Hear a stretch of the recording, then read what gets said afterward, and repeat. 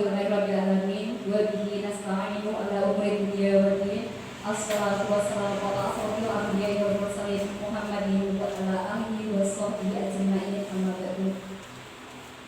Yang terhormat Bapak Kepala Sekolah UPDD SDN Dharma Cakung 2, yang terhormat Bapak dan Ibu Guru UPDD SDN Dharma Cakung 2. Segala puji bagi Allah yang telah melimpahkan rahmat dan nikmatnya kepada kita semua sehingga kita bisa berkumpul di acara aksi nyata diseminasi budaya positif pada hari ini. Selawat dan salam tetap terpulang limpahkan kepada junjungan kita Nabi besar Muhammad SAW. Semoga kita selalu mendapatkan syafaat beliau.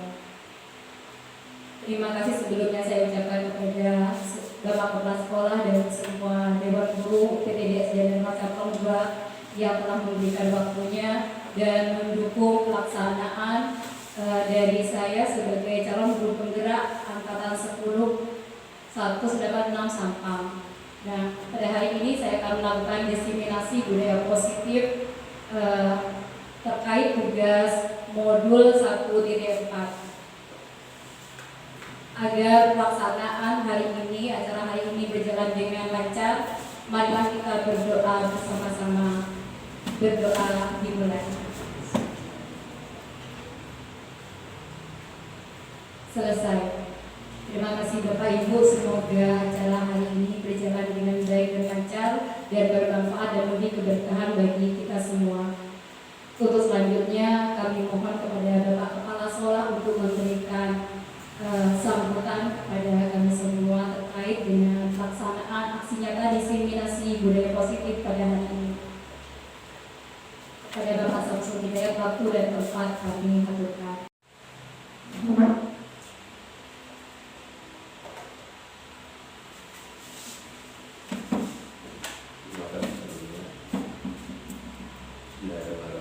Assalamualaikum warahmatullahi wabarakatuh.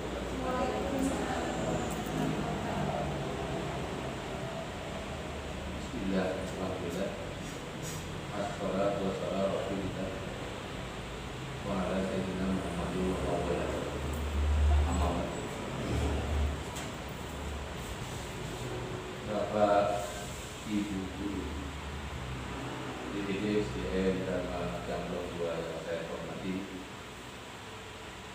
pertama mari kita panjatkan puji syukur kepada Allah Subhanahu wa taala yang telah melimpahkan rahmat nikmat dan hidayahnya kepada kita sekalian di ruangan ini dalam rangka kegiatan diseminasi calon guru penggerak dari Ibu Alvia di angkatan 10 dalam keadaan sehat walafiat. Salawat dan salam mari kita tetap dipatulkan kepada junjungan kita Nabi besar Muhammad SAW yang telah membawa kita, menuntun kita dari alam kebodohan ke alam yang sangat banyak ilmu pengetahuan ini dengan bermati kurang tahu. Semoga kita semua yang berada berkumpul di ruangan ini telah mendapat syafaat beliau. Amin, amin ya rabbal alamin.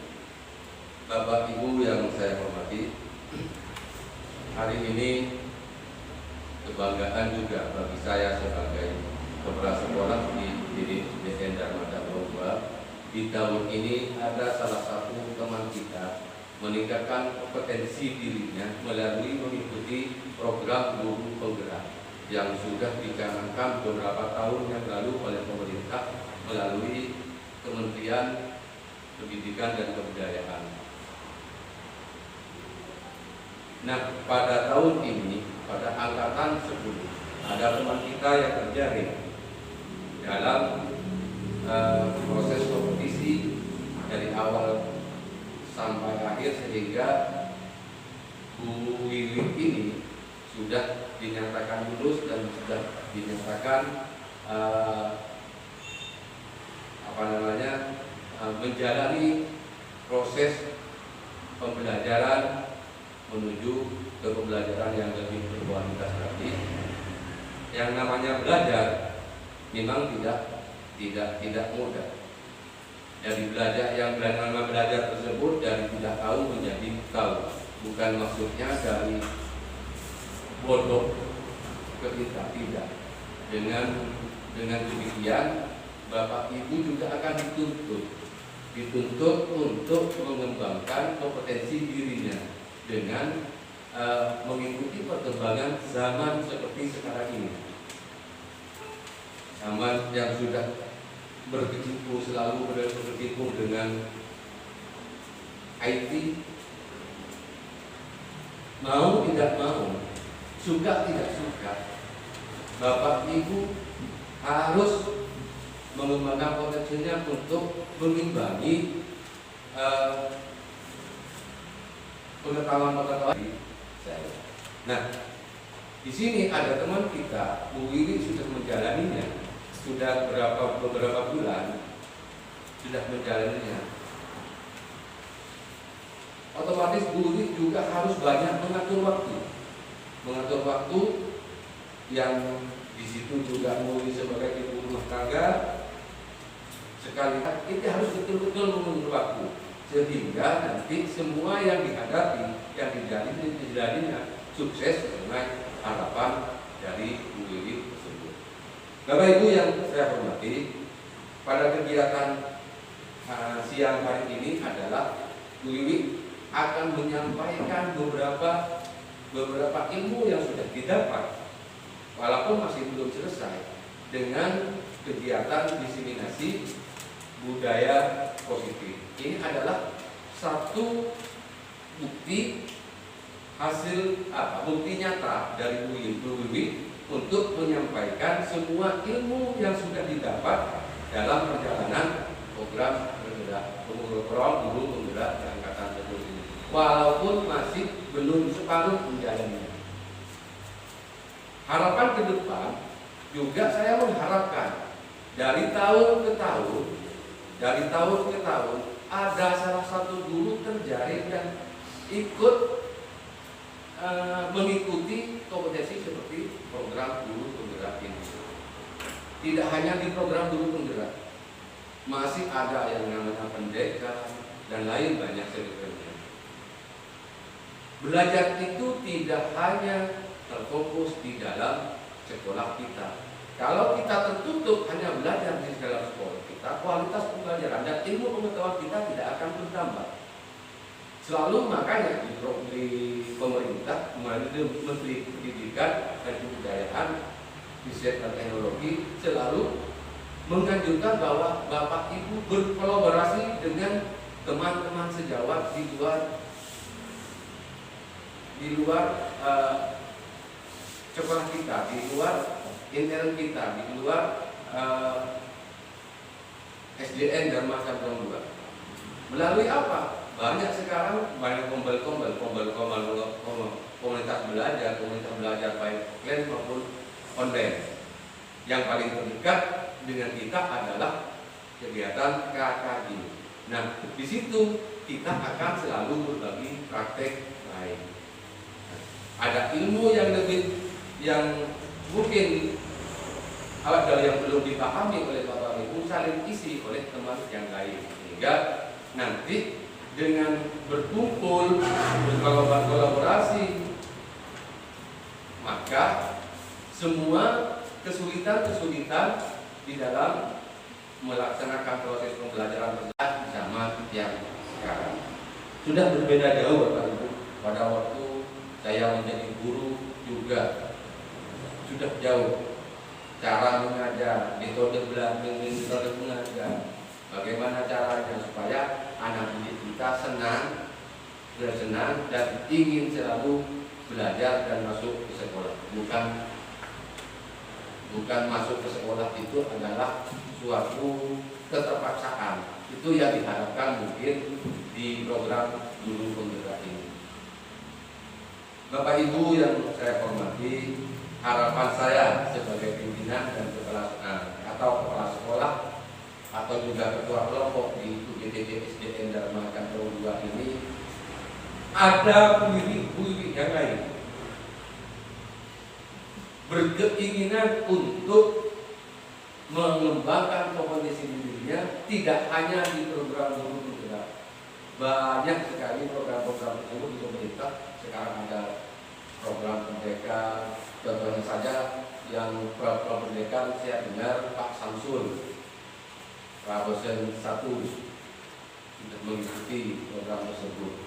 Masa yang pinggiran daerah perkotaan kalah keinginannya dengan daerah pedesaan atau pegunungan.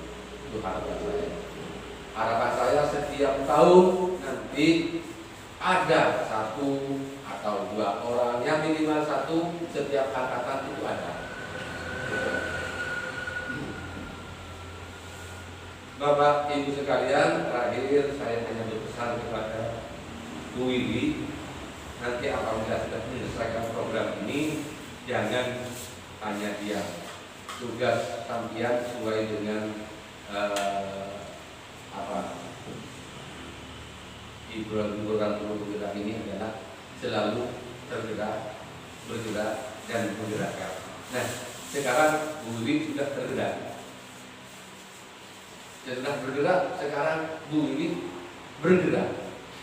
Setelah bergerak nanti akan menggerakkan Bapak Ibu semua. Ilmu-ilmu yang didapat selama proses menjalani program guru penggerak, insya Allah paling 6 bulan ya.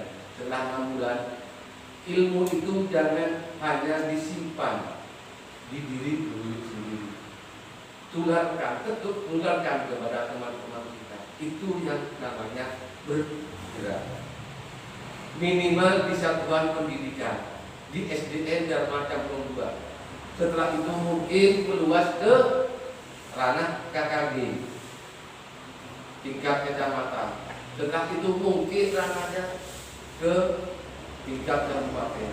Dan mudah-mudahan nanti Bu Wiwi asal punya keinginan berada di tingkat nasional. Saya pernah mengikuti yaitu pembatik, tapi hanya sampai level 2. Hanya level 2 karena tugas-tugas yang saya hadapi banyak, sehingga tidak nuntut sampai ke pembatik di level 3. Pembatik itu sampai level 5 nanti akan ke tingkat nasional. Teruskan bergerak ini. Tapi jangan hanya bergerak sendiri, gerakkan semua teman-teman. Transformasikan semua pendidikan yang baru kepada teman-teman kita di sekolah kita, sehingga tidak hanya kelasnya Bu Wiwi saja, kelas-kelas yang lain akan meniru. Berilah contoh kepada teman-teman yang lain di sekolah kita supaya juga tergerak untuk meningkatkan kompetensi diri kita masing-masing. Kalau masih muda sudah malas, nanti kalau sudah mendekati sampai umur 50 dia malas.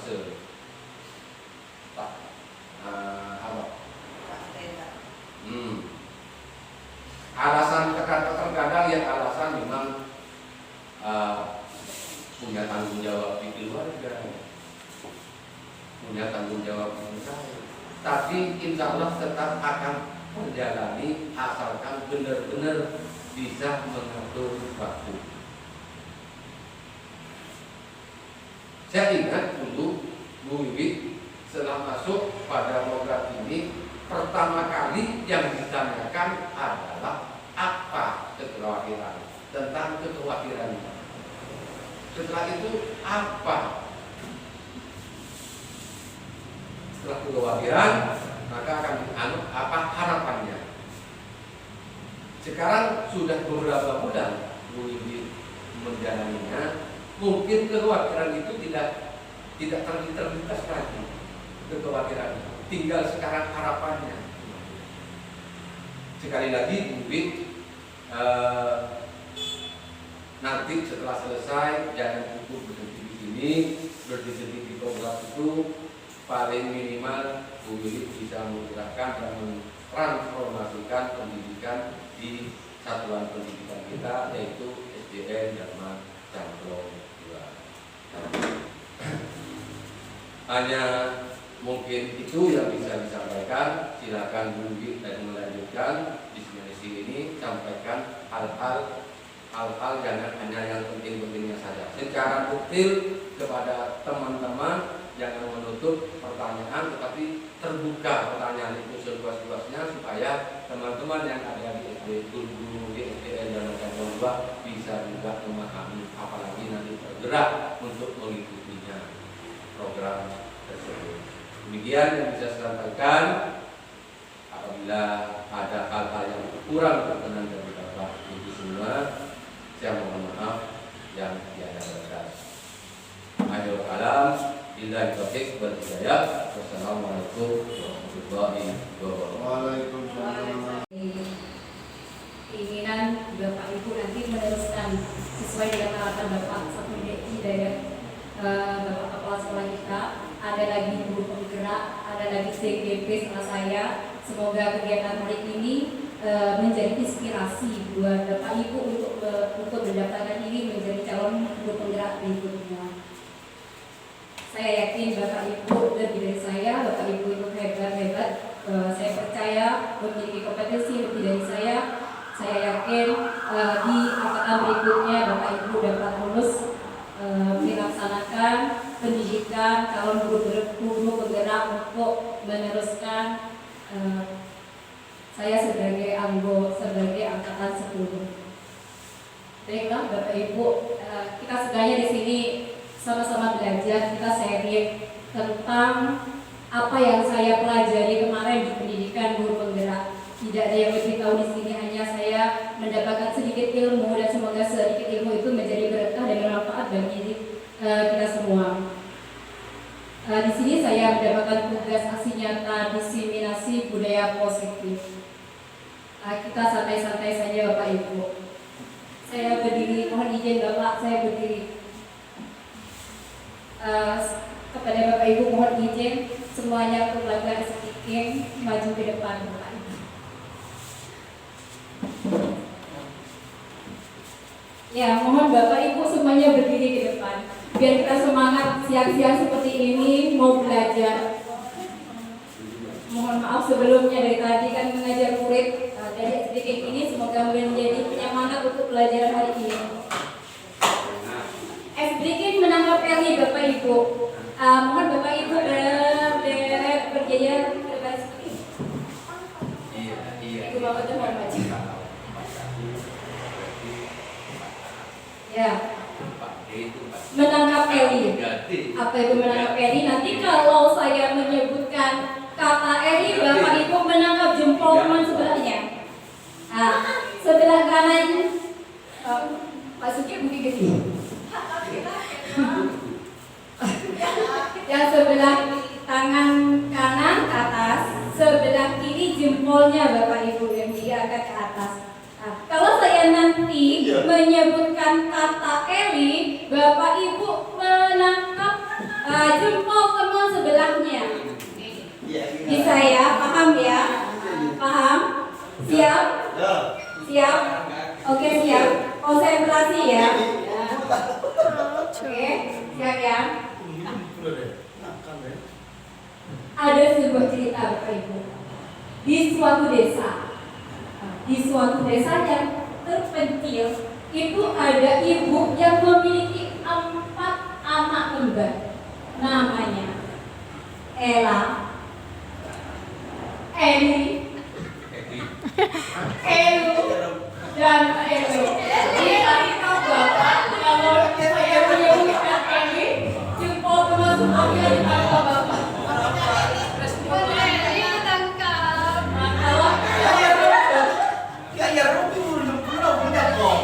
Baik Bapak, presentasi lagi ya. Lanjut ceritanya sekarang. Oke, kalau saya menyebutkan kata Eli, Bapak siap-siap menangkap jempol teman sebelahnya ya. Nah, kemudian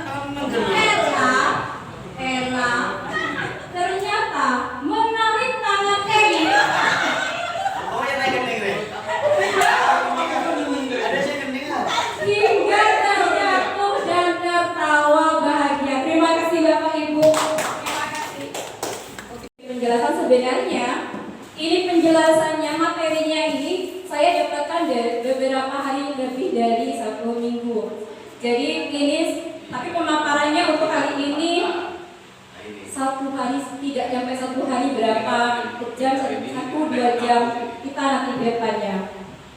Nah sekarang di sini ada ketua dari Bapak Pendidikan Bangsa kita yaitu Ki Hajar Dewantara. Apapun yang dilakukan oleh seseorang itu hendaknya dapat bermanfaat bagi dirinya, bermanfaat bagi bangsanya, dan bermanfaat bagi manusia di dunia pada umumnya. Nah, kalau kita menyerap kata-kata seperti ini, tentunya kita ingin nantinya, bukan nantinya, sekarang pun berkeinginan untuk bermanfaat buat diri sendiri. Tapi kalau hanya buat bermanfaat buat diri sendiri, kayaknya kurang Bapak Ibu. Kita hidup di dunia ini sekiranya bisa bermanfaat untuk orang lain, terutama kita sebagai pendidik, kita bermanfaat untuk murid kita dan bangsa dan di dunia pada umumnya. Nah, di sini saya akan menjelaskan tentang budaya positif. Konsep inti dari budaya positif itu ada 8 konsep. Nanti saya akan paparkan satu-satu, tapi tidak begitu mendetail, saya hanya memaparkan poin-poinnya saja. Yang penting Bapak Ibu paham akan inti dari budaya positif itu. Yang pertama yaitu paradigma perubahan. Yang kedua nilai-nilai kebijakan. Yang ketiga motivasi perilaku manusia. Terus yang keempat ada keyakinan kelas. Yang kelima ada disiplin positif. Yang keenam ada kebutuhan dasar manusia. Yang ketujuh ada posisi kontrol, dan 8 segitiga restitusi. Dari beberapa konsep inti budaya positif ini mungkin Bapak dan Ibu guru pernah mendengar kata-kata, kira-kira yang mana Bapak Ibu pernah mendengar kata-kata dari konsep ini? Ada yang pernah memahami atau pernah mendengar?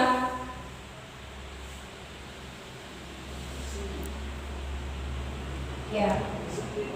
Disiplin positif. Baik, nanti kita akan berdiskusi masalah disiplin positif. Tapi nanti semuanya saya akan paparkan, saya akan jelaskan tentang semuanya. Yang menarik kira-kira yang dari tadi Bapak Ibu tahu disiplin positif, pernah mendengar seperti itu. Terus yang menarik kira-kira yang kita bahas nanti apa ya? Paradigma keyakinan kelas. Ada lagi? Oh, semuanya Bapak Ibu. Baik. Saya lanjutkan. Cobalah buka. Kira-kira apa yang akan dibuka? Ini kita berhubungan dengan kontrol nanti, berhubungan dengan disiplin positif. Cobalah buka. Saya minta Ibu Mawadah bisa maju ke depan. Saya terus dulu. Iya, karena Ibu cantik. Tapi Bapak Ibu, tapi semuanya cantik. Ibu-ibu. Ibu Mawadah sekarang juga menghadap sini. Coba Anda bayangkan, Anda menyimpan sesuatu yang sangat berharga di dalam kepalan tangan Anda. Di sini Ibu Mawadah ini mengepal tangan, dia itu menyimpan sesuatu dalam kepalanya.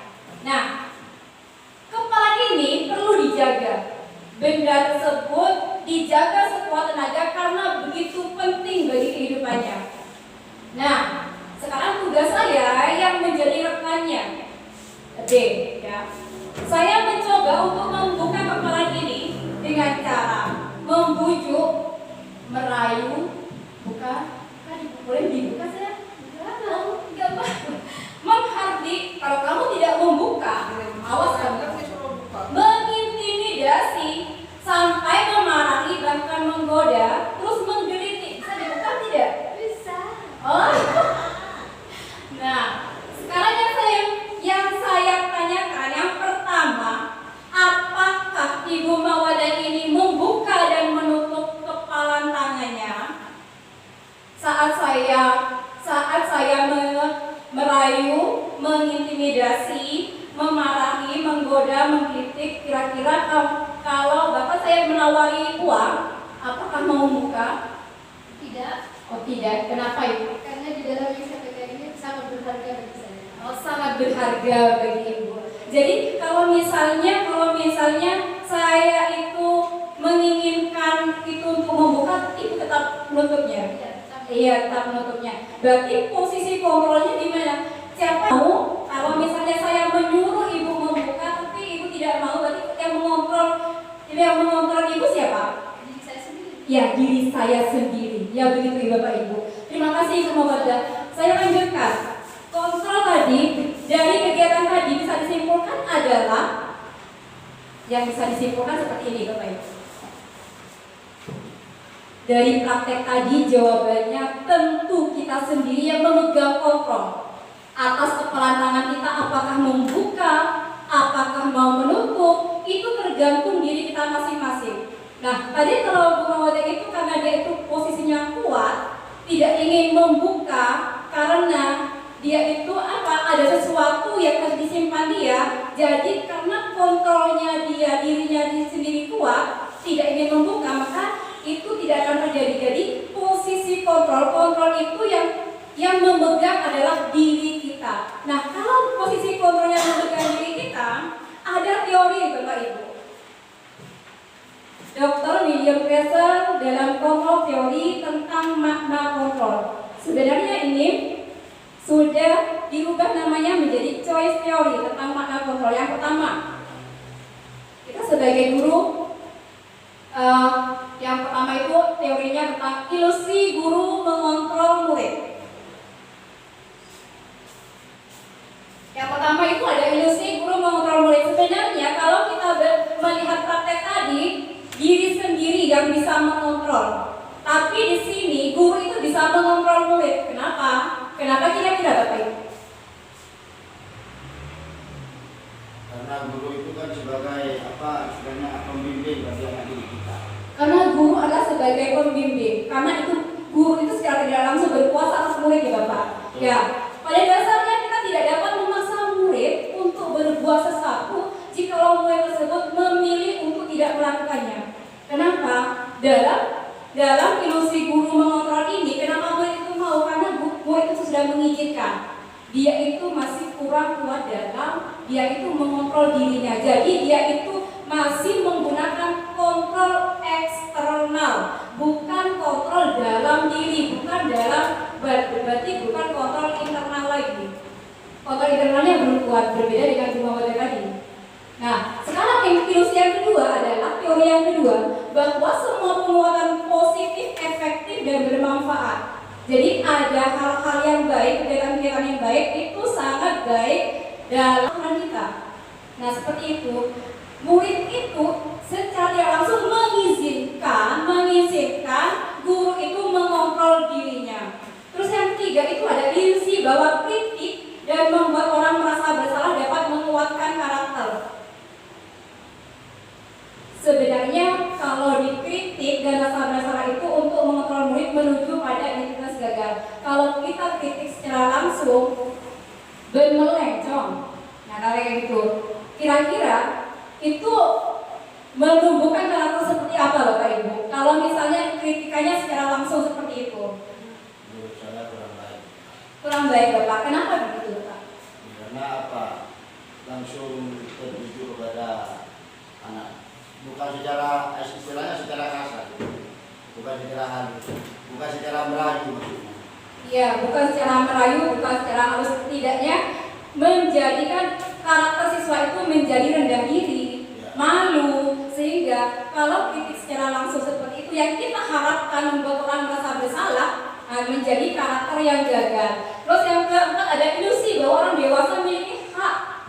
Orang dewasa itu memiliki hak untuk memaksa. Seperti tadi, ini berhubungan dengan yang pertama ya gitu Bapak. Nah sekarang lanjutannya,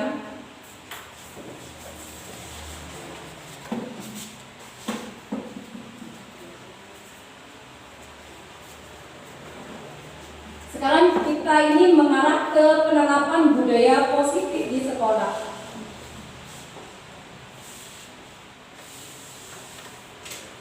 Budaya positif itu apa? Nah, mungkin dari Bapak Ibu ada yang mau memberi, sampai sudah paham tentang budaya positif. Budaya positif itu apa? Keyakinan menurut kami, keyakinan bagi kita terutama dalam sekolah apa kita yang sudah dibuat oleh peraturan dalam sekolah khususnya. Keyakinan dari kita yang dibuat, ya, kebiasaan yang baik. Kebiasaan yang baik. Budaya itu sama halnya dengan kebiasaan. Nah, itu budaya. Kalau keyakinan itu nanti sama halnya dengan pembelajarannya, Bapak. Tapi ini kedua budaya positif, berarti kebiasaan. Apa itu budaya positif? Yaitu suatu pembiasaan yang bernilai positif. Di dalamnya mengandung sejumlah kegiatan. Nah, ini maksudnya tadi Bapak kegiatannya yang mampu menumbuhkan karakter murid dan menjalin hubungan baik antar rekan sejawat dan semua ekosistem sekolah. Nah, ini pengertian dari budaya positif. Pokoknya intinya adalah kebiasaan positif. Nah, seperti itu. Tujuannya apa? Nah, kalau adanya pembiasaan positif dalam keseharian kita, dalam setiap pembelajaran, tentunya tujuannya itu menjalin suasana sekolah yang harmonis, aman, nyaman, disiplin, dan bertanggung jawab. Kalau suasana sekolah seperti ini, tentunya pembelajaran itu akan terlaksana dengan baik. Sama halnya begini.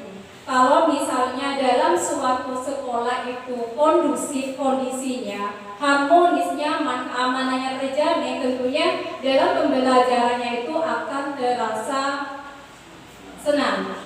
Begitu. Sebentar nanti kita diskusi bersama terkait pertanyaan-pertanyaan Bapak. Sekarang saya akan lanjutkan tentang materi terlebih dahulu. Saya akan presentasikan terlebih dahulu tentang materi.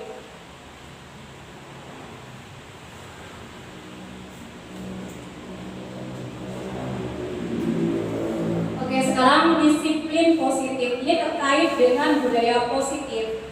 Disiplin positif dalam budaya kita, makna kata disiplin itu adalah kepatuhan. Biasanya keteraturan. Biasanya arti dari disiplin adalah maknanya itu ketertiban. Pokoknya yang patuh, yang tertib, yang teratur itu disiplin. Budaya kita menganggapnya makna disiplin seperti itu. Nah, Bapak Ki Hajar Dewantara menyatakan bahwa di mana ada kemerdekaan, di situ harus ada disiplin yang kuat. Sungguhnya, disiplin itu bersifat self-disiplin, yaitu kita sendiri yang mewajibkan kita dengan sekeras-kerasnya, tetapi itu sama saja. Sebab jikalau kita tidak cakap melakukan self-disiplin, wajiblah penguasa lain mendisiplinkan diri kita. Jadi ada faktor eksternal, tapi kita berusaha untuk memupukkan pada siswa kita faktor internalnya, sehingga kalau kita mengubahnya kalau melalui dalam diri itu insya Allah jangka waktunya panjang dampaknya. Kalau faktor eksternal karena motivasinya biasanya itu dampaknya itu menjadi jangka pendek. Menurut Ki Hajar Dewantara dalam pemikiran bukunya dalam konsepsi keteladanan sikap merdeka, di situ ada Mardiko iku jelernyo, Nora mau lepasin pangre, ngikubo kuat kuoso aman diri priyonggo. Merdeka itu artinya tidak hanya terlepas dari perintah, akan tapi juga cakap buat memerintah dirinya. Jadi merdeka seperti ini, kita itu mengubah kurikulum merdeka seperti itu bukan bebas sebebas-bebasnya, tapi merdeka itu artinya tidak hanya terlepas dari perintah, akan tetapi juga cakap memerintah diri sendiri.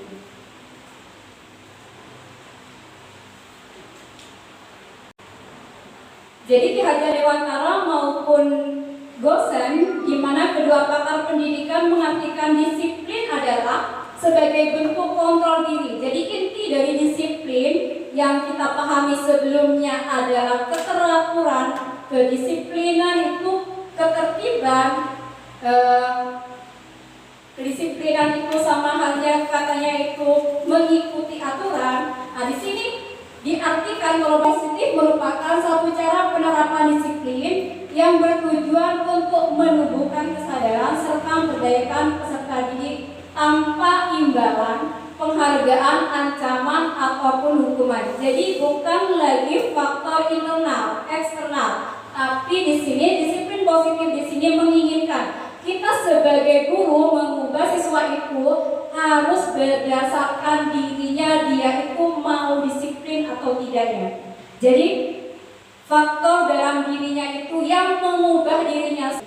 Nah, sekarang bagaimana cara kita menerapkan disiplin positif di sekolah? Mari kita berdiskusi bersama Bapak Ibu. Kita tahu bahwa kebiasaan kita yang pertama di situ. Yang pertama, penyambutan kedatangan siswa di sekolah. Berdoa dan mengaji sebelum memulai pelajaran. Ini pembiasaan positif. Ini kegiatan positif yang biasa dilakukan di sekolah kita. Senam bersama setiap 2 minggu sekali, terus melaksanakan ekstrakurikuler pramuka, melaksanakan upacara bendera. Tentunya kebiasaan ini akan menumbuhkan beberapa karakter pada siswa. Kira-kira ini sudah menjadi disiplin.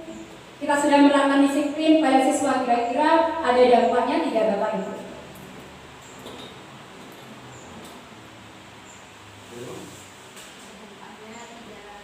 Ini berdampak tidak? Maksudnya ini sudah membentuk karakter siswa tidak? Sesuai tidak kita menerapkan disiplin positif yang ada di sekolah kita?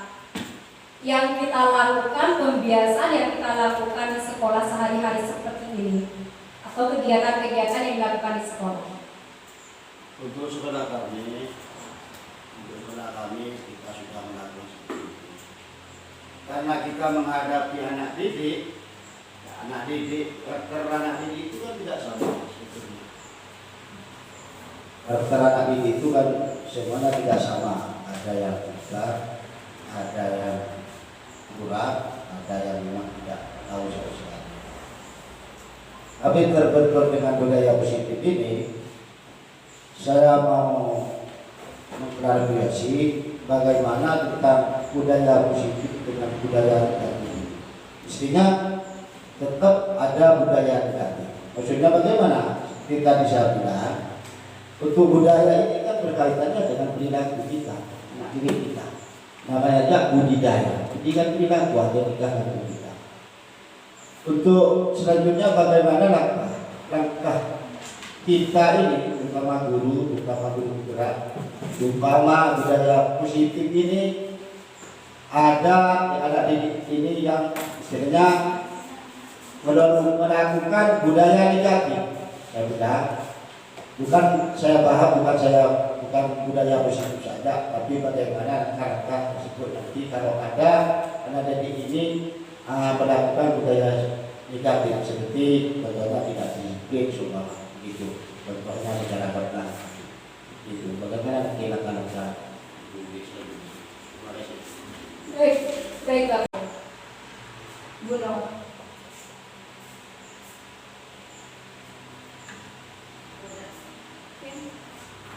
Saya itu dapat kita ambil dari kebiasaan menyambut keterangan murid sekolah. Ini bisa berdampak positif untuk membentuk karakter siswa agar bisa menghormati kepada yang lebih tua, utamanya kepada guru sekolah. Ya. Terima kasih Ibu. Ya. Kegiatan yang pertama, menyambut kedatangan siswa di sekolah. Ini jelas kegiatan kita yang kita lakukan setiap hari. Tadi membentuk karakter siswa agar menghormati gurunya, agar menghormati guru. Sekarang terlihat tidak? Dampaknya terlihat tidak? Rasa hormat terhadap guru itu dari kegiatan yang pertama ini terlihat tidak? Karena saya melihatnya begini Bapak Ibu. Yang di situ kan cuma guru yang piket. Nah, kalau hanya guru yang piket yang salaman, seperti kemarin pembahasan Pak Jaya di rapat, katanya dulu kalau saya datang ke sekolah itu semua murid itu mesti menyerbu saya untuk bersalaman. Sekarang tidak. Padahal ini kan pertama sudah menyambut kedatangan siswa di sekolah untuk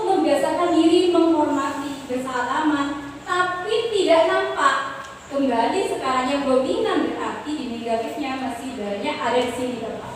Nah, solusinya bagaimana? Nah, kita ubah cara pembiasaan ini. Misalnya ada penambahan. Kira-kira ada Bapak?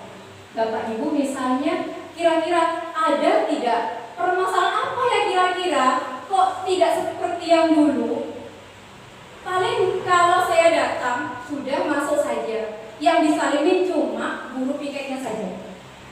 Nah, berikutnya seperti itu berulang-ulang. Berbeda kalau yang dulu. Kalau yang dulu juga dulu datang semuanya dicek.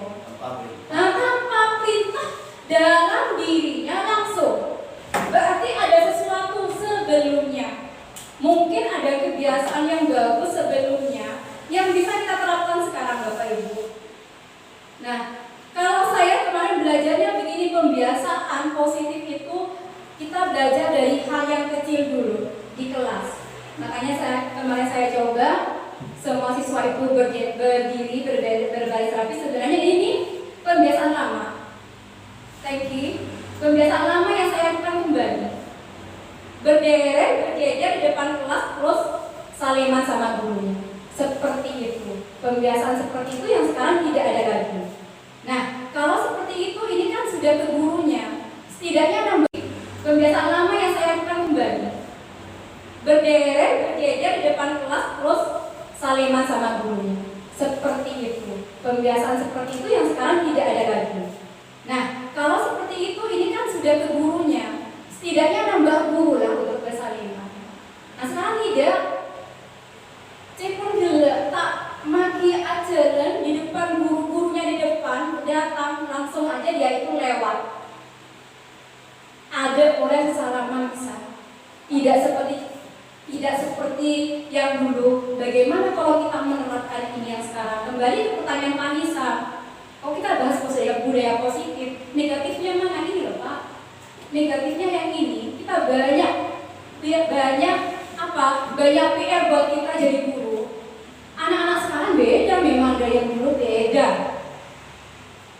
Rasa hormat terhadap gurunya itu jauh. Nah, kalau misalnya yang dulu itu kita adopsi lagi, kita akur lagi menjadi sesuatu yang menyenangkan, misalnya menambah. Ada emoji, saya saat ini senang perasaan. Senang ketika datang ke Solo, senang, oh berarti orangnya senang. Jadi saat dalam melakukan pembelajaran nanti saya bisa mengelola siswa bagaimana dalam keadaan senang deh. Saya bisa mengelola siswa bagaimana pembelajaran itu lebih menarik. Nah, kalau misalnya di sini saya kasih emoji perasaan mereka tentang apa? Tentang misalnya sedih, oh ini lagi sedih. Saya berusaha mendekati dia saat mulai pembelajaran. Seperti itu Bapak Ibu. Jadi kita ini di sini tidak hanya membahas budaya positif, juga membahas dari budaya negatif. Gitu Bapak. Lanjut ya Bapak ya.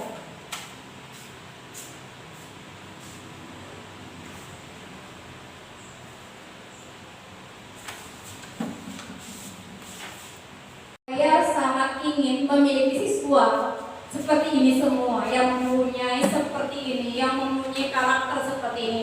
Tapi itu tidak akan mungkin tercapai secara langsung. Itu step by step, itu bertahap.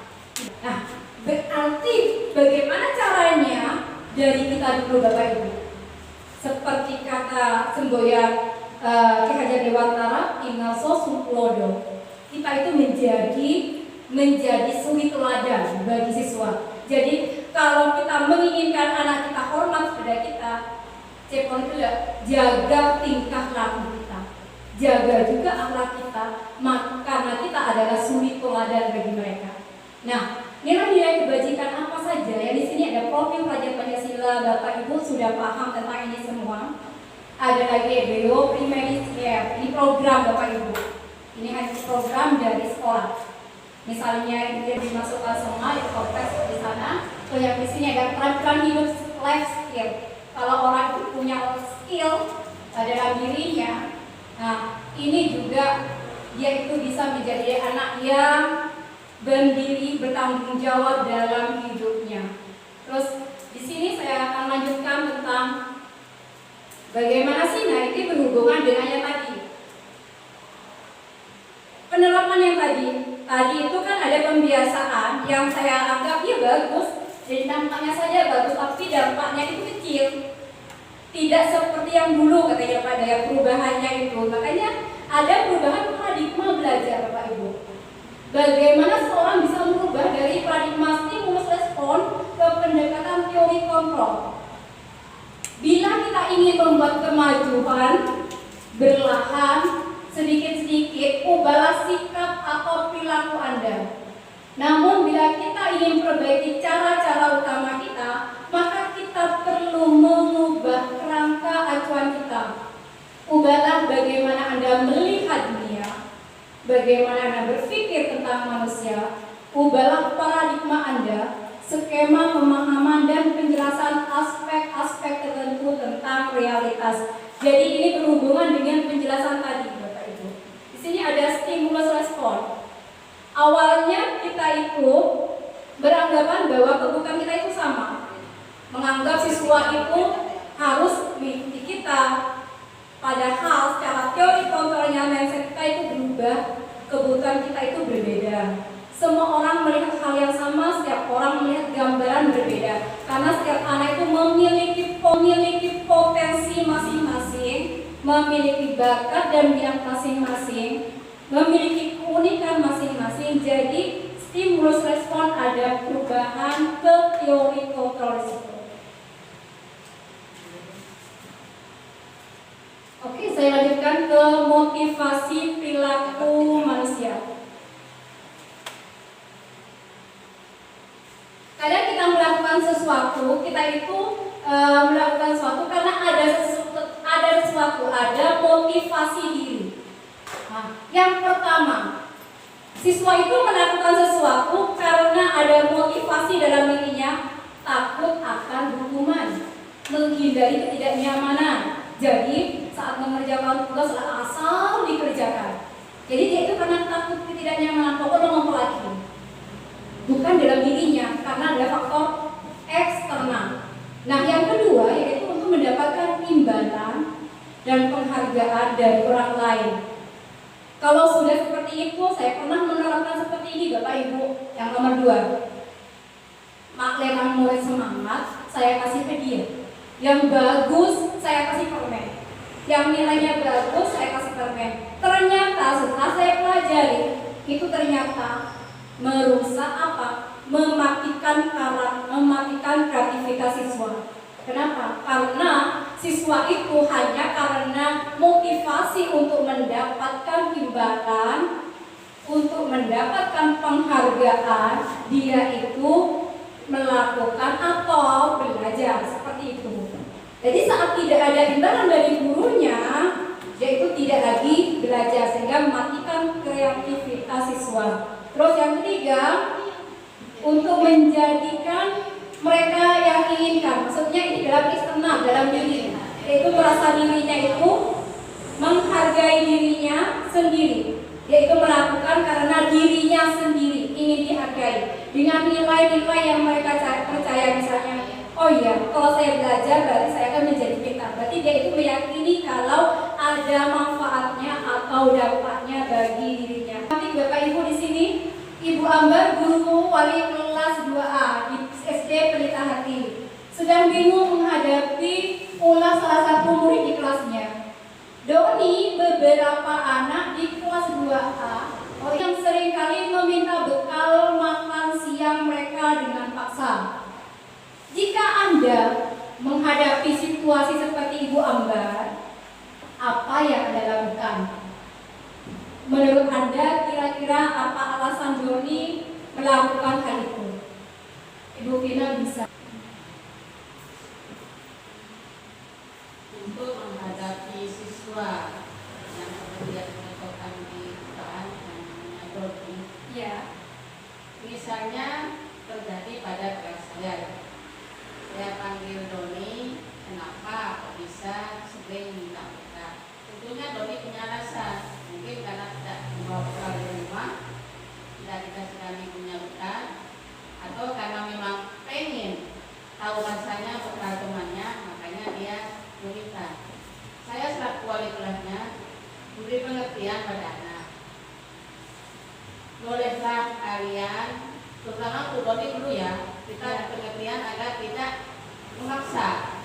tidak menikah secara paksa.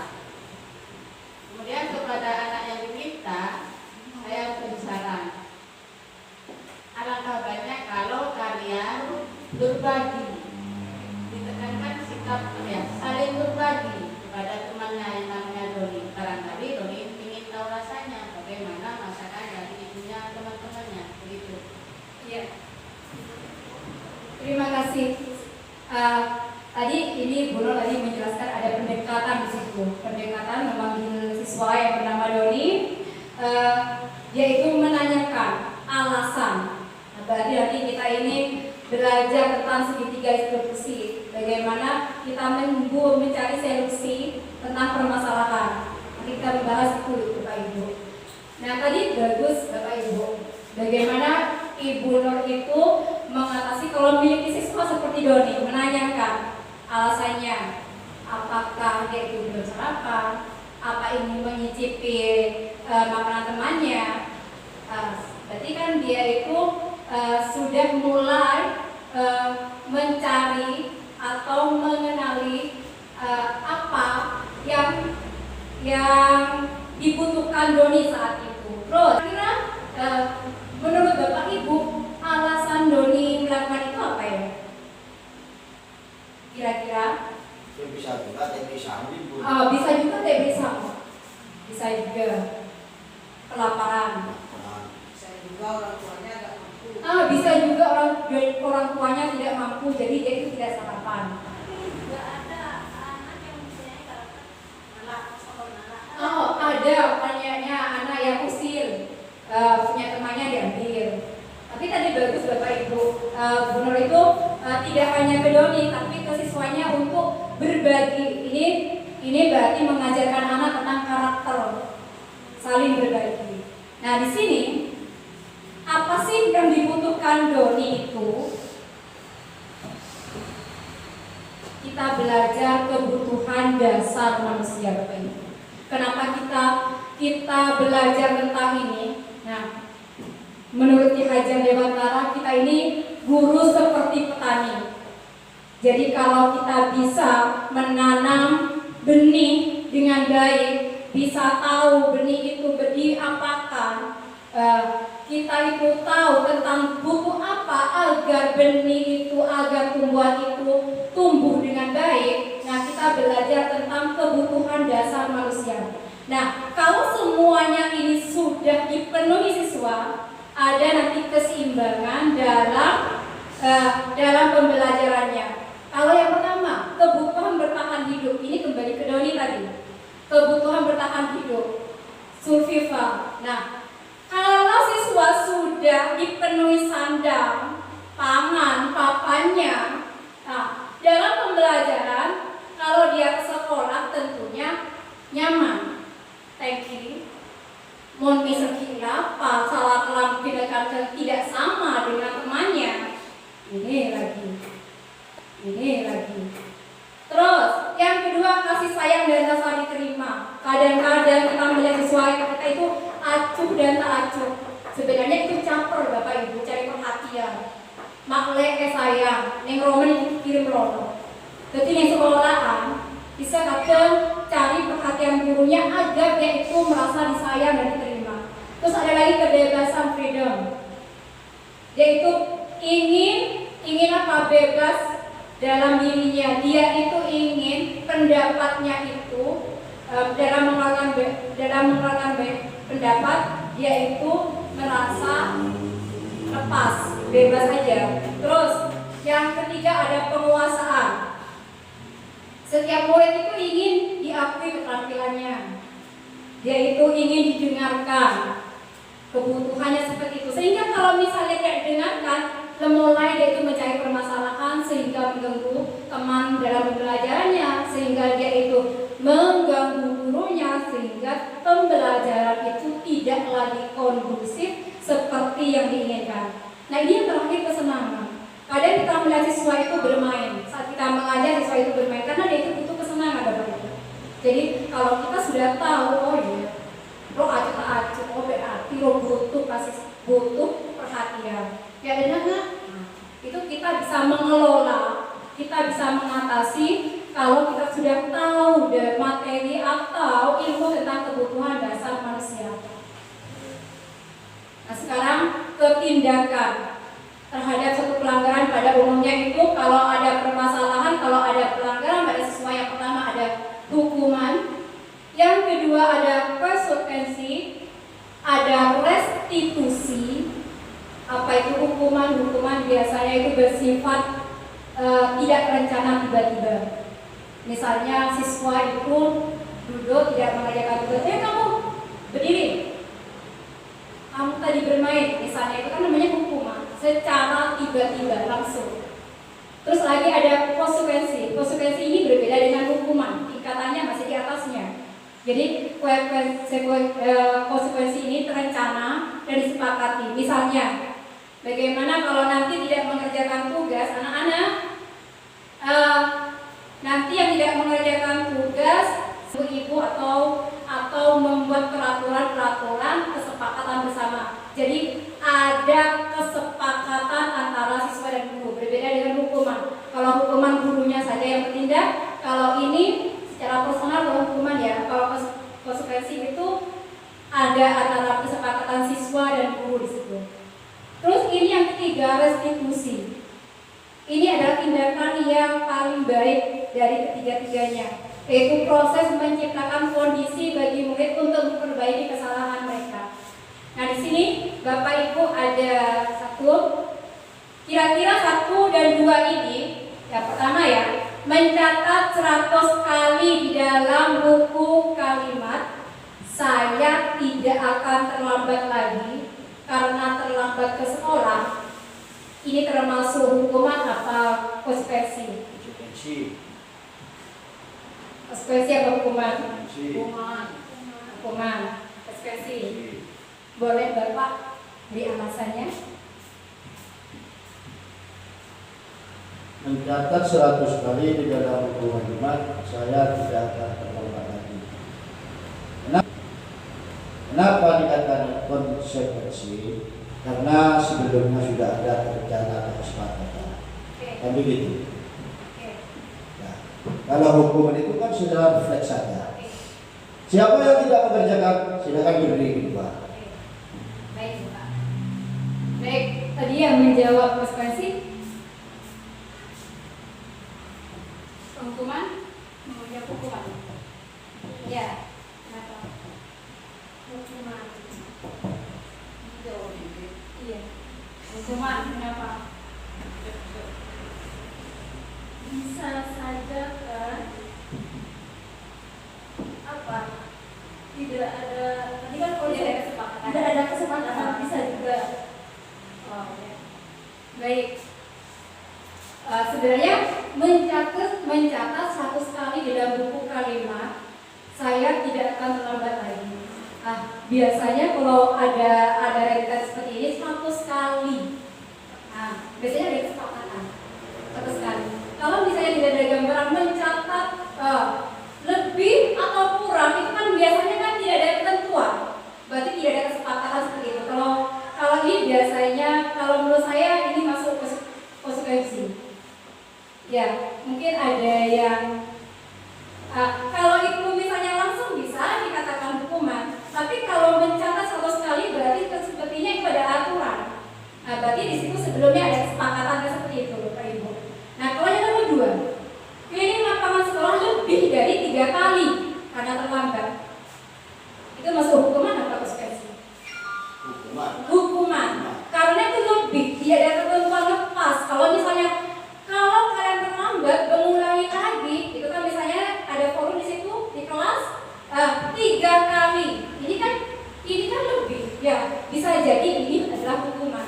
Jadi yang pertama ada konsekuensi, yang kedua itu adalah hukuman. Nah sekarang ke posisi kontrol. Nah Gosen terdapat 5 posisi kontrol yang dapat diterapkan seorang guru.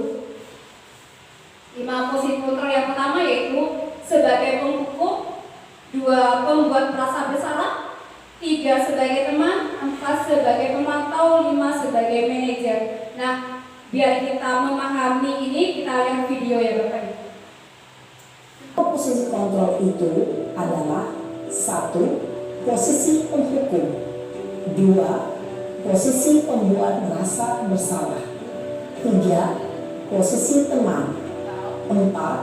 Posisi pemantau atau monitor. Dan 5. Posisi manajer.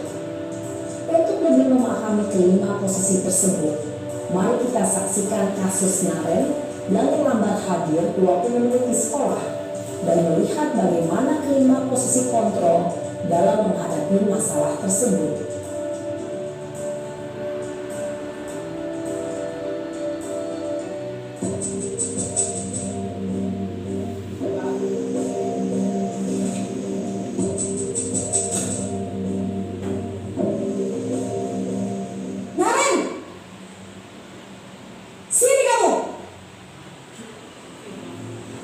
Selamat pagi, Bu.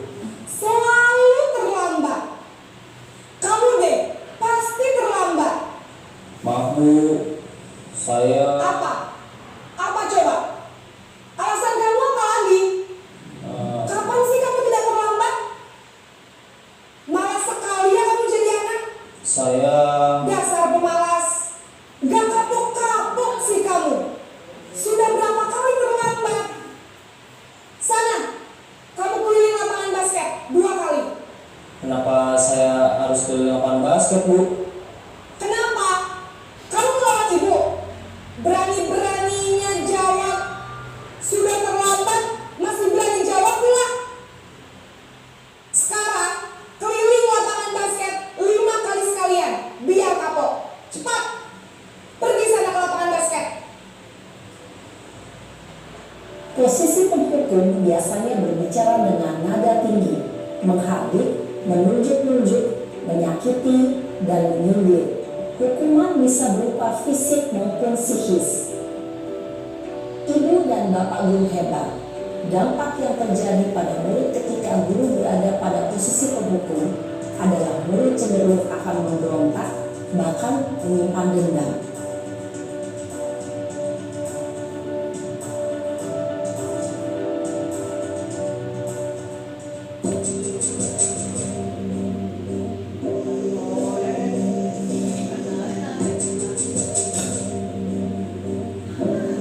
Lari kencang, tetap nggak kekejar, Bu.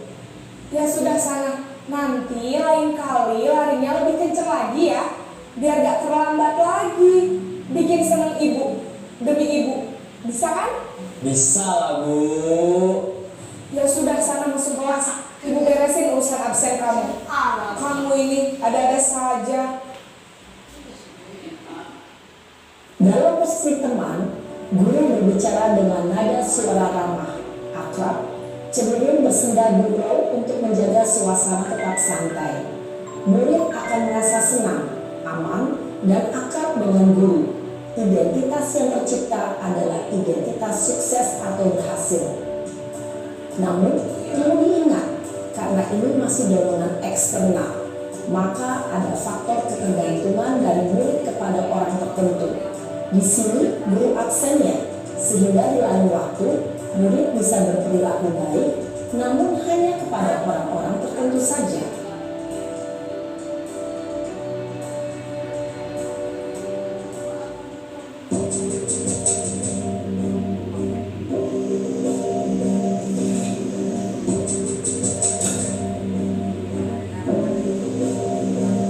Naren!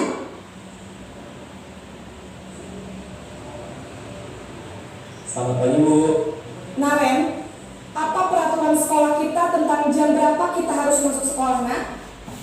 Kita harus di sekolah jam 7, Bu. Iya betul, sekarang sudah jam 7.20. Naren sudah tahu konsekuensinya jika terlambat hadir. Paham, Bu. Saya harus tinggal kelas pas jam istirahat selama 20 menit. Iya benar, konsekuensinya demikian. Jadi nanti jam 9.30 pas istirahat, kamu harus tinggal di kelas, kerjakan tugas tambahan untuk ketertinggalan kamu, ya? Baik, Bu. Posisi pemantau mengandalkan penghitungan atau data untuk mengontrol murid. Guru mengarahkan murid berdasarkan peraturan dan konsekuensi. Seorang pemantau menunjukkan bahasa tubuh dan ekspresi wajah yang datar dan cenderung formal.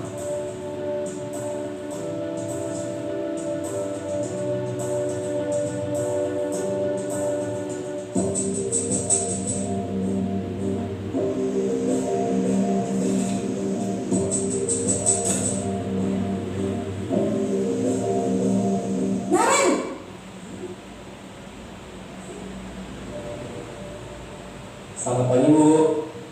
Selamat pagi, Naren. Maaf, Bu, saya terlambat. Iya, sekolah masuknya jam 7, sekarang sudah jam 7.20. Jadi sekarang bagaimana ini, Naren? Maaf, Bu, saya lupa setel alarm saya semalam. Baiklah, menurut kamu, keyakinan sekolah yang mana yang perlu kamu tingkatkan? Menghargai diri sendiri dan orang lain mungkin ya, Bu. Setuju. Jadi, apakah Naren meyakini prinsip saling menghormati tersebut? Iya, Bu, saya meyakininya. Apakah Naren bersedia memperbaiki masalah keterlambatan ini? Bersedia, Bu. Bagaimana kamu akan perbaiki masalah keterlambatan ini? Saya akan coba untuk tidak lupa menyetel alarm saya, Bu. Baik, kalau Naren lupa menyetel alarm di rumah, ada orang yang kira-kira bisa bantu mengingatkan tidak? Ada, Bu. Kakak saya, Kak Emma. Ada lagi selain Kak Emma? Selain Kak Emma, ada ibu saya. Baik, jadi yang mengingatkan Naren.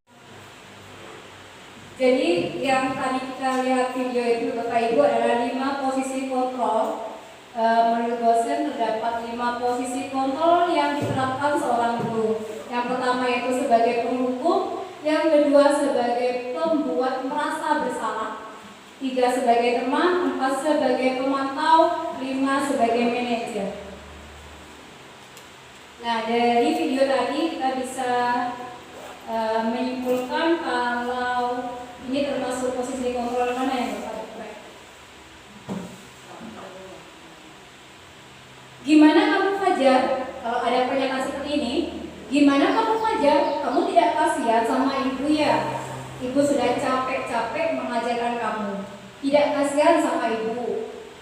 Dan Fajar pun terdiam membisu. Kira-kira ini masuk posisi kontrol apa Bapak Ibu? Ya, membuat merasa bersalah. Kalau yang kedua bagaimana? Fajar, kamu tahu kan konsekuensi bila tidak memperhatikan pelajaran ibu? Konsekuensi yang tadi? Berarti apa? Pemantau. Ya, berarti yang pertama itu yaitu sebagai pembuat merasa bersalah.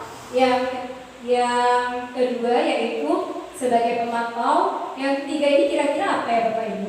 Ayo Fajar, makanya jangan main-main, jangan tidur-tiduran. Berarti itu sebagai posisinya sebagai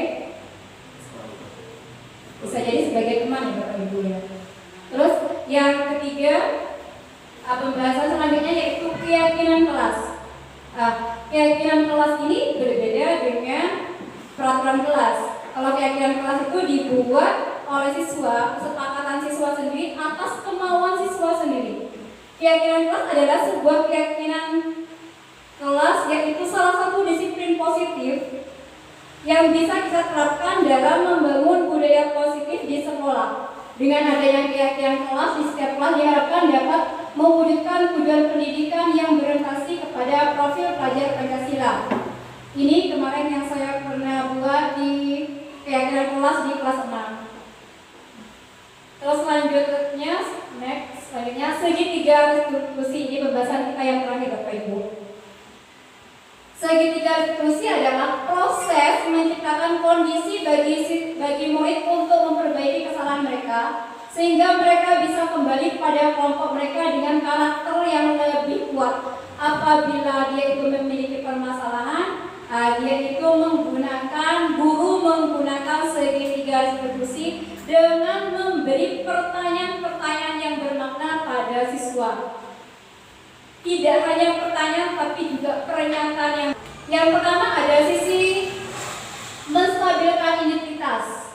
Yang kedua ada sisi validasi tindakan yang salah. Yang ketiga yaitu menanyakan keyakinan. Kalau di sisi satu biasanya kita itu mengajukan atau misalnya ada siswa yang melakukan kesalahan, terus kita itu berada dalam posisi siswa itu bahwa membuat kesalahan itu tidak hanya satu orang itu saja, tapi saya juga pernah melakukan kesalahan. Seperti itu. Jadi ada menstabilkan identitas di situ. Biasanya yang diajukan adalah membuat kesalahan sesuatu yang wajar. Manusia tidak ada yang sempurna. Jadi tidak langsung menjas, menghakimi anak, memarahi anak, tapi mengambil hatinya, mendekatinya. Kalau misalnya ada yang salah, misalnya, kenapa kamu salah? Biasa nak, manusia itu pernah juga, manusia itu tidak sempurna. Kita semua juga pernah melakukan hal yang sama. Kita pernah melakukan kesalahan yang sama, sehingga dia itu menarik siswa untuk lebih menjawab lagi pertanyaan-pertanyaan berikutnya tanpa ada rasa takut. Mulai kalau aku kan ini kan. Terus yang kedua itu memvalidasi. Oh bisa saja, misalnya ajukan pertanyaan, kamu bisa saja bertindak lebih gegabah dari itu. Maksudnya kita masuk ke dalam permasalahan itu. Kamu bukan melakukannya tanpa suatu alasan tertentu. Pasti ada tujuannya melakukan itu. Misalnya di satu sekolah bertengkar. Terus bapak ibu memanggil anak itu. Kita tidak langsung memarahinya, tapi kita melakukan pendekatan seperti yang tadi Bu Nur sampaikan. Dia itu pasti menanyakan kenapa dia itu melakukan seperti itu. Nah, untuk memasuki itu, yang pertama menstabilkan identitas dulu, agar anak itu tidak marah, agar anak itu saat emosinya dia itu dapat dengan nyaman menjelaskan tujuannya melakukan hal itu, melakukan kesalahan itu. Terus yang terakhir itu menanyakan keyakinan. Kalau sudah ada kesepakatan keyakinan di kelas, maka nanti ada pertanyaan untuk menanyakan keyakinan. Misalnya ajuan pertanyaannya seperti ini, nilai-nilai apa yang telah kita sepakati. Jadi apa yang kita buat tadi kita tarik lagi atau kita bahas lagi kepada siswa. Ini kan kamu yang buat keyakinan ini, terus kenapa sih kamu langgar? Harusnya seperti itu. Jadi nanti di sisi ketiga ada solusi di situ. Di sini namanya segitiga restitusi. Jadi saat ada permasalahan, saat ada anak yang melakukan kesalahan, jadi kita tidak langsung menghakimi, memarahi. Jadi kita mengurutkan seperti ini. Tapi tidak semuanya sisi-sisi atau tahapan-tahapan ini dilakukan. Kalau misalnya masalah yang dilakukan atau kesalahan yang dilakukan itu biasa saja. Paling hanya menanyakan keyakinan, kamu kan sudah berkeyakinan, kira-kira kamu melanggar keyakinan apa? Terus solusinya bagaimana agar hal itu tidak dilakukan lagi?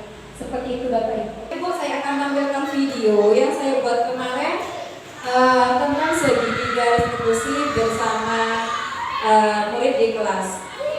Jadi Bapak Ibu, mohon izin, selamat menikmati.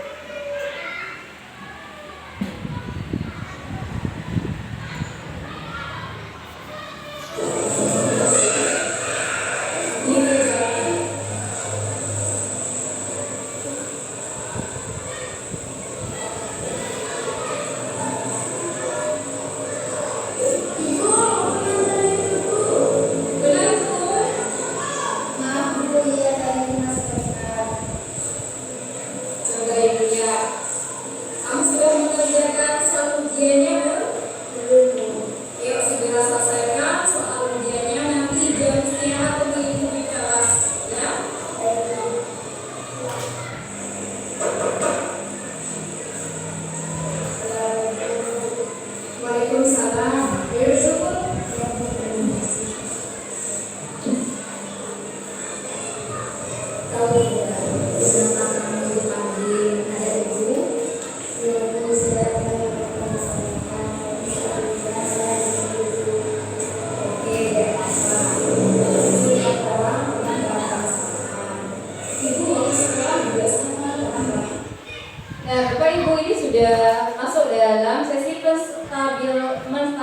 identitas. Nah, di situ ada pertanyaan dan pernyataan bermakna untuk tahapan di sini. Baik Bapak Ibu, saya akan lanjutkan videonya. Tapi kita belajar dari salah satu kenapa kamu belajar itu Mbak? Karena saya bosan dulu sekali kenapa sih? Kamu senang setelah menonton itu tadi? Sebenarnya sendiri di mana saya belajar. Ibu juga senang lihat itu, apalagi saat bosan dengan mesin itu. Tapi apakah saat ujian boleh tidak kamu ingat keyakinan kelas pada saat ujian yang dibuat kemarin? Iya. Kalau kamu sudah paham tentang kata ujian, bagaimana menjadi ujian itu? Belajar dari kamu sih menjawab soal dan akan mengikuti ujian yang sudah disediakan tidak salah dulu, dan saya tidak akan mengulangi perbuatan itu. Saya akan sama-sama dulu. Ya, jangan ulangi lagi, rajin belajar agar kamu bisa menjawab soal dengan baik dan semoga sukses. Terima kasih. Iya Bapak Ibu, itu adalah tadi segitiga diskusi yang saya buat, yang saya praktekkan pada anak-anak di kelas 6. Jadi saya sudah menjabarkan semua bagaimana menerapkan budaya positif di sekolah kita. Ini kesimpulan saya untuk hari ini. Jadi untuk menerapkan disiplin positif, kita mulai dari diri sendiri dulu. Kita sebagai pendidik harus menjadi suri teladan bagi murid kita sesuai dengan semboyan Ki Hajar Dewantara, yaitu ingat sosum tulodo menjadi teladan bagi siswa kita, sehingga siswa kita pun akan terdidik, akan menyerap apa yang telah kita lakukan, perilaku apa yang kita lakukan. Seperti itu Bapak Ibu. Terima kasih atas diskusi hari ini. Saya minta maaf apabila ada kesalahan. Saya akhiri cukup sampai di sini. Mungkin ada tanggapan atau pertanyaan, silakan. Tidak ada. Terima kasih Bapak Ibu. Saya akhiri cukup sampai di sini. Wabillahi taufiq wal hidayah.